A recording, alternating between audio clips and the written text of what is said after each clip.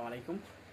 আজকে আমি কথা বলবো আমার ইনবক্সের মধ্যে সর্বোচ্চ যে মেসেজটা আমি পেয়ে থাকি, যে কোয়েশনটা আমি পেয়ে থাকি, সেই বিষয়টা নিয়ে। আমার ইনবক্সের মধ্যে ঢুকলে আমি দেখতে পারি যে বিভিন্ন মানুষ আমাকে প্রশ্ন করে থাকেন যে ভাই ফ্রিল্যান্সিং কিভাবে শুরু করব।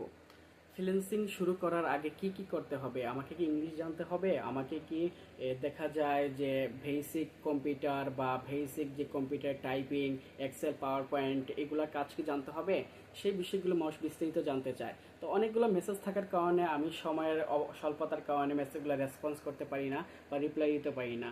তো সেই সুবাদে আমি চাচ্ছি সবার জন্য একটা ভিডিও মেকিং করার জন্য, যাতে সবাই একটা বেসিক ধারণা পায় ফ্রিল্যান্সিংটা আসলে কি। আসলে ফ্রিল্যান্সিংটা হচ্ছে যে আপনি ফ্রিল্যান্সিং শুরু করার আগে যে আপনি ইংলিশে কমিউনিকেশন সুন্দর করতে হবে, English must be important freelancing life. তারপরে আপনি দেখা যাচ্ছে যে কম্পিউটার যে বেসিক কাজগুলো, এগুলো বেসিক ধারণা রাখলেই চলে। তারপরে হচ্ছে সবচেয়ে ইম্পর্টেন্ট বিষয় হচ্ছে এখানে আপনি নিশ চুইজিং বা কোন বিষয়ের উপরে আপনি সার্ভিস দিবেন বা কোন ক্যাটাগরির উপরে আপনি এক্সপার্ট হবেন, এই বিষয়টা খুবই ইম্পর্টেন্ট ফ্রিল্যান্সিং জগতের মধ্যে।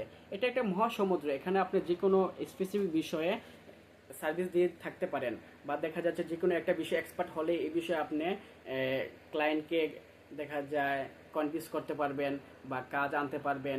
এটা মেইন ধারণা।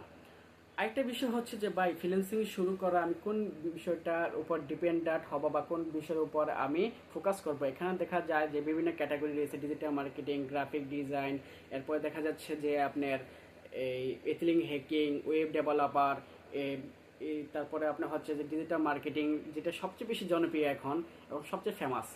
তো আমি বলি কি যে এখানে কোনো স্পেসিফিক কোনো তথ্য দিয়ে সহযোগিতা করা যায় না।